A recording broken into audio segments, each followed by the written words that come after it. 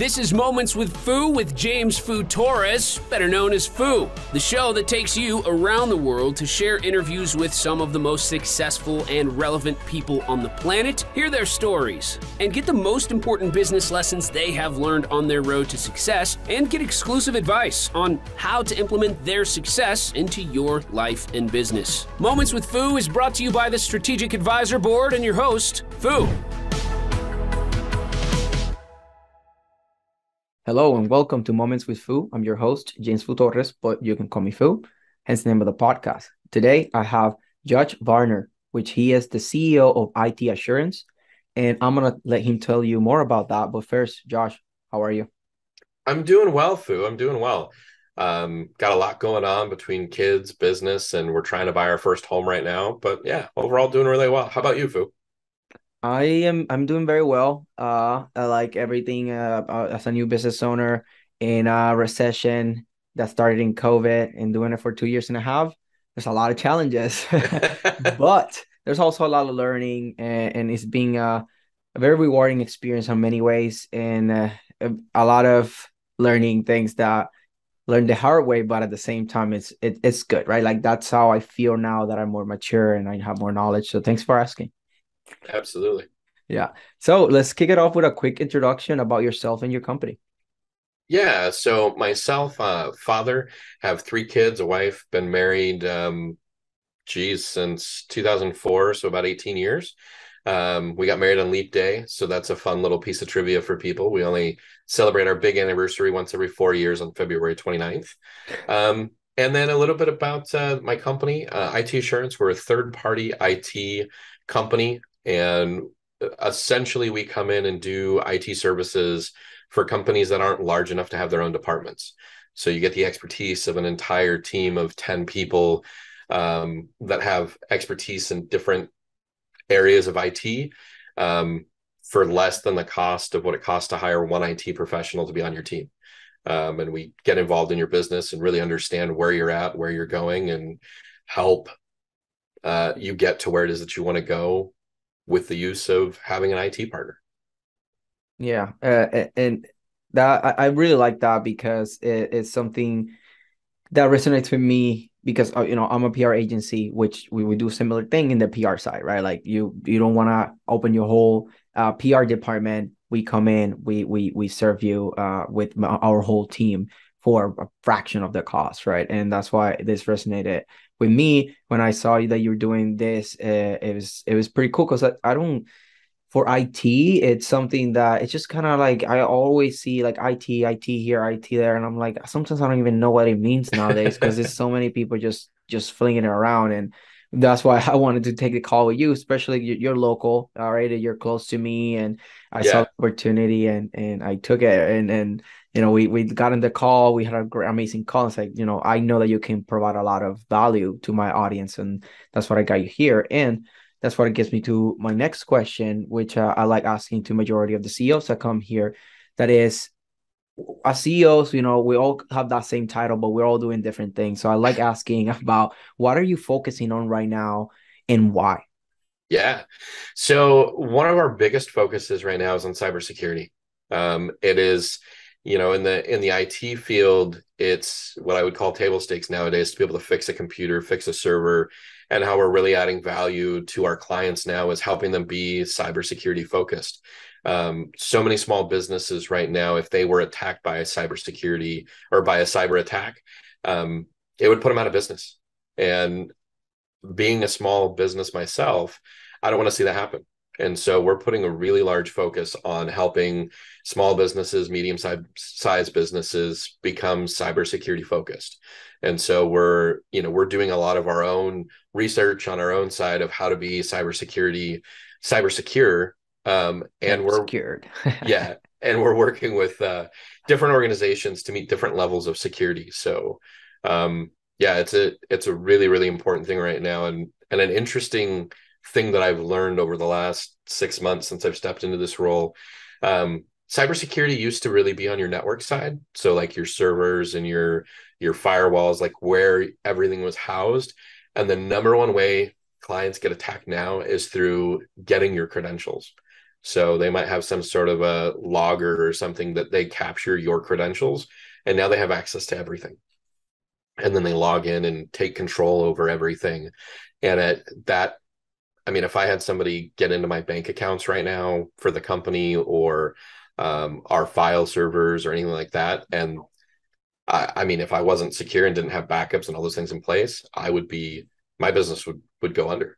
And so that's a really large focus for us, is we're trying to get out in front of this and help people stay secure.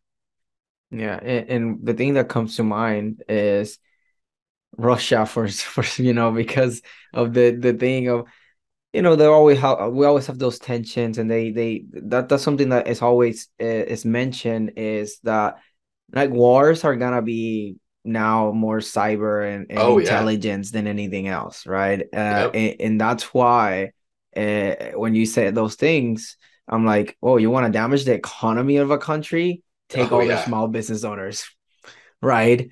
Yeah. And if it's easy, because you're making it easy, then wow, we have a big problem. Because I mean, oh, they might not be able to beat our military, but if they can crumble the economy, Oh you yeah. know, right? And that's something that I never.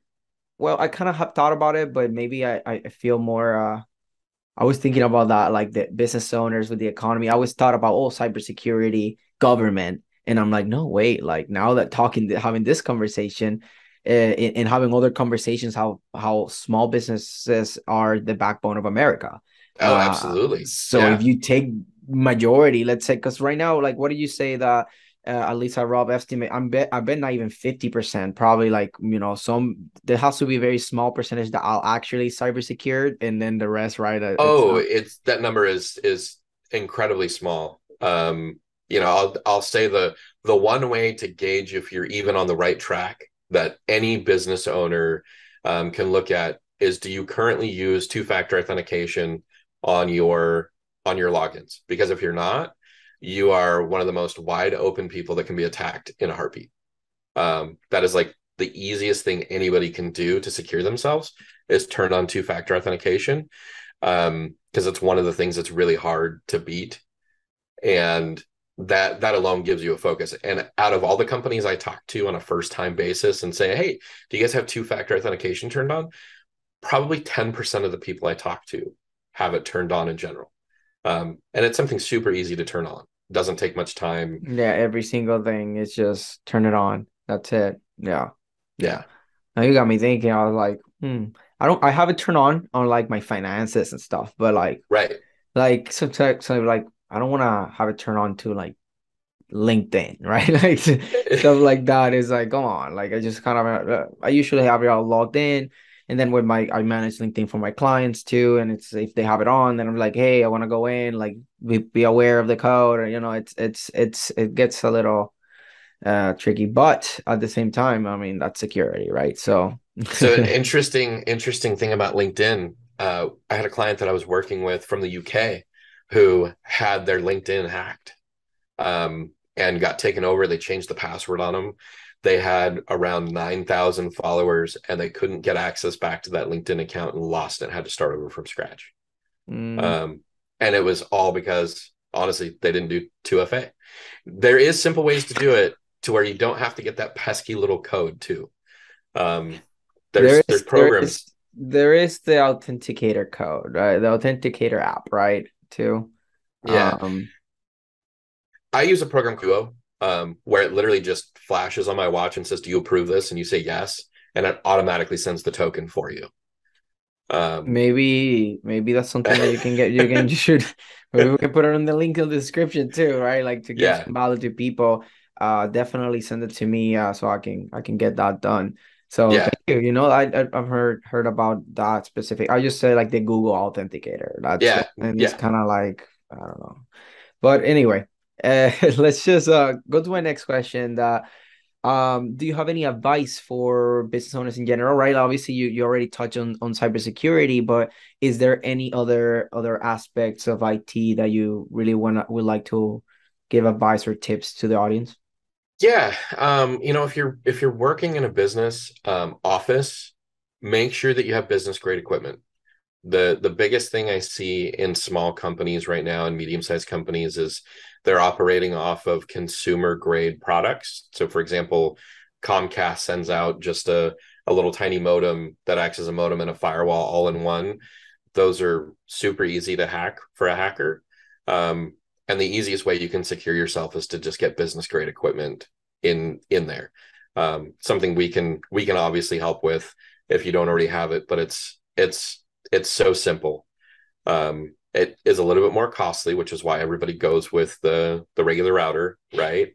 But you can get a small setup for, $3 to $5,000, and if you're doing it yourself, it's pretty easy to do. But yeah, other than that, it's just making sure that people are, um, you know, focused on updating their computers. Make sure you keep your computers up to date. That's some of the easiest way people can hack into things. And don't wait to upgrade stuff, as far as like if your computer is 3 to 5 years old and it's slow and there's an easy way to upgrade it. You want to keep up with the times so that you don't have large expenses at the end. That's one of the things I run into a lot is clients will they won't spend the money as it comes up. They'll wait until it's $10,000 worth of stuff, and they could have spread it out over the course of 5 years and spend $500 this month, $200 next month, and instead they let it build up. They let it get out of control, and now they're talking about a $10,000 bill instead of a $500 bill. Damn. Yeah, that's something to definitely consider. And so when you say business grade things, other than the router, what else is included on there? Yeah, so it's the firewall, and then it's the access points. So everybody works off of the wireless devices these days, right? My laptop, I'm running off of Wi-Fi. In my house, my phone, all of those sorts of things, and they have access points, wireless broadcasting points that are business grade and they're not business grade. And they're, an access point's $199. So you can put that in your business for $200, connect it to your firewall, and now you have a secure network that if you're accessing it, it doesn't take a whole lot to secure yourself. For me to understand this, and probably for the audience, because I'm pretty techie sometimes. I feel, but this into the weeds. So this access point will be you connect from any wireless device to the access point. The access point connects then through past the firewall, then to the internet. So the simplest way to explain it: internet comes into the building. You got a box that plugs into. That's your firewall and router all in one. And then you take a cable and you take it from there and you plug it into an access point, which then broadcasts wireless signal. And then everybody goes from access point to that. Okay. And that's basically what, because now you say access, I think about when I'm flying, when I'm at hotels, all those stuff, like, oh, you go there, this page, and then from there you kind of access to that. Yeah. So, okay, cool. Do you see, like, I love doing this podcast because I always learn something, and I'm not afraid to ask, like, all right, because I'm pretty sure there's gonna be people listening to this gonna be like, damn, like, what he means, right? And then then I ask, and then they're like, great, thank you. Yeah, no, I love that. This has been great. So, is there any so I guess you touched on a little bit on challenges already because of people damn, like $10,000 now to operate, right? Because or to make the updates necessary because they didn't do it. But other than that, what other challenges that have you seen either in your industry or for either side, like you or the customer? Yeah, actually, the biggest challenge which your company actually focuses on, and I've been doing a lot of research into it recently because our company suffers from it internally as well, which is we don't do a good enough job with marketing and advertising. I know. I'm confused. I don't even know. I don't like IT, technical stuff, whatever. I don't know anything else. It's just tech something. Yeah. And that's something that if every business owner should be focusing on how do I market. And that's something, I just came into the CE role in July. And this company's been around since 2008. So this is a company that's been around for a while. and the marketing presence is just, it's frankly, it's non-existent. And that's really from an internal side. That's one of our number one focuses. Um, and it has to be, because you can't grow your company to be bigger if you don't have marketing. Exactly. And one thing that I like people, I love businesses that already have, they carve their way into their industry, or they created their own lane. And that, because when you already have that fire started, right? You got a fire started, it's people, there's a demand, you're feeling it, people are happy. After that, it's just pure and fuel to the fire, right? Yeah. And that's why, like, I mean, you guys are doing some amazing work already. Now it's just letting the world know that you are Yeah. doing great work, Yeah, right? exactly. Yeah. So that's that, and that's, that's my favorite part. Because that's I love, by leveraging content and publicity strategies. uh it's a way that you can, what the way that I describe it, I've been describing it since, I think I came up with this like last week. It was the, with content and publicity strategies, and obviously the branding too, so the branding, content, and publicity strategies, you can build like a turbo engine. And then Oh when you yeah. go into you want a paid advertisement, that's just pouring fuel to the fire. That's the nitros, right? Like, you got the turbo engine, is always fast, always good, right? Great quality, long term. Yeah. Then you got the nitros, which just paid ads. Like, you use it, boost you out, and then when Yeah. it's done, right? Like, Yeah. you cannot put enough marketing dollars behind a bad product or a bad brand. So that's why, like, having the branding and making sure that you're creating the right content, so people feel educated, and then the publicity to all the authority, so people don't doubt that you are the right person, that they don't have to Right. talk to anybody else. When you have that in place, then everything else is just adding bells and whistles to, Yeah. oh, how can I make it better? So that's why, I love the publicity and the content, because as humans, we're not natural storytellers. And people buy into the why way more than the how. The IT, how Oh many yeah. IT people, like, whatever, right? Like, you might do a little different and better and whatever, but IT, there's a lot of people. But the your story and the why you do things, why you stand for it, basically creating a movement that people can get behind. That Yeah. is so powerful, and that's why I love this, because my life purpose is amplifying the Mhm. the impact of people that are doing good in the world. So that's why this outlet is perfect for me. Yeah, no, absolutely. Yeah, that's the, and that, I mean, that actually brings me up to just something to share, which is, you talk about the story with IT assurance. The biggest reason we got into IT in the first place was we saw a hole that, almost every IT company out there is not very diverse. It's not people of color, it's not women, you know, it's not a diverse group. And that's a hole that we saw that we actually do. We're actually the only IT company that is minority majority led, which is pretty cool. We're giving opportunities to people that never had opportunities before, and frankly, they're doing better. They're just doing awesome at what they do, which is such a cool thing to be a part of. Yeah, and the diversity brings perspective more than anything. Oh yeah. Because look, I am from Puerto Rico, right? Completely different culture than Hmm. what Americans grow. Even though we're kind of Americanized, so obviously we do have certain Sure. things, but in the core, we're totally different. We just have TV and stuff, so obviously, well, we saw Cartoon Network and Power Rangers too, right? Right. but Right. but other than that, I mean, like, the way that we are so touchy and we dance and everything, it's so different. Like, we kiss each other, like, nobody. That's a big Hmm. thing for me. It was like, oh, nobody kisses in here. Whoa, like, I gotta change that. So, but yeah, like, the perspective for me, perspective is, it's so much, right? Because sometimes you're looking at the same thing, but if you look at it from a different way, you find new things, and that's why diversity is so important. So I'm glad that you guys are doing that. And I mean, Portland, I'm glad that it's a good, I'm here in Oregon. That it seems like, even though there's like a big population of white people, it's growing a lot from all this. There's so many people, like Asian, like Puerto Ricans. I'm part of a group chat that we have over 50. I'm thinking we're getting over 60 almost now, Puerto Ricans in PDX. Oh, that's awesome. We're so far. Like, you cannot get to Puerto Rico without at least 2 very long flights, if not 3.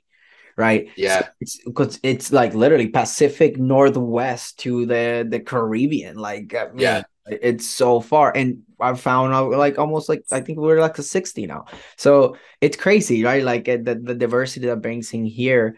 And I'm glad that you guys are taking that advantage of that and making it so the population of like this diversity grows, because it definitely needs to. So yeah.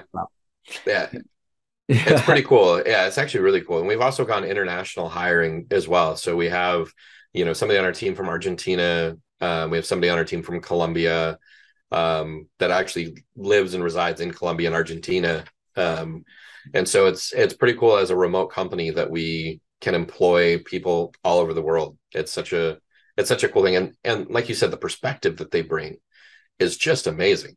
There's a different reality that they live in. It really is. Yeah.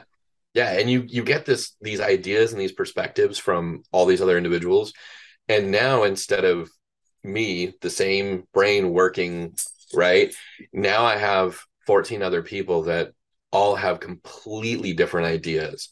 And the things that you can create with 14 completely different ideas is amazing. Mm-hmm. Especially if they come in with more than just like talking, right? Like, just bring it in, put it on paper, like action steps, like not just, and when you have all these different things that then you as a CEO can analyze, and then you're like, damn, and then you can mix and match and all that, and then suddenly, what about, what do you guys think? I did this from you, and then that's how for my branding, like my girlfriend did a one part, me with another consultant, we did the colors, and then like my other admin graphic designer did the rest of the after the middle part, then he added like a circle and stuff, and then between all of us we created this, and it was like, bam, that's so like awesome. So nice, right? It was kind of frustrating and everything, but then we got it, where it's like, yes, we got it. It's so nice. So this has been a very pleasant conversation, a lot of value, very very flowy, I guess. It's a very good conversation, and punchy too, so like that was pretty nice. I know there's gonna be some people that are gonna be, you know what, I'm a small business owner, I don't want to hire a whole IT, so they're probably wanting talking to you. So how can people find you? Yeah, you can find me on LinkedIn, just Josh Varner, as well as my email address is super easy. They can reach me at josh@itassurance.com. Easiest way is to get in touch with me are those 2 ways. Send me a phone number or a request to give you a call. Happy to reach out, call, email. Those are the easiest 2 ways. Perfect. And I'll add it, I'll the link in the description and everything. But I just we actually get more downloads on the audio side. So that's why it's important. Like, people are usually doing things. So I like to touch on that. So, I just want to thank you for taking the time to give value, not only to me, because I learned some things, but also to my audience. And I really appreciate that. No, absolutely. I appreciate the opportunity. I also got to learn some new things as well. And it's always, I always say, if you're not learning, you're not living. And exactly. This has been wonderful. I absolutely love the opportunity, and thanks for having me on the show. Yeah, it was a pleasure. So this was Josh and Foo, and this is us signing off. To Moments with Foo with your host, Foo. Please leave your feedback and visit strategicadvisorboard.com to get the latest and greatest business advisement on the planet. Follow us on social media for updates, and we will see you on the next episode.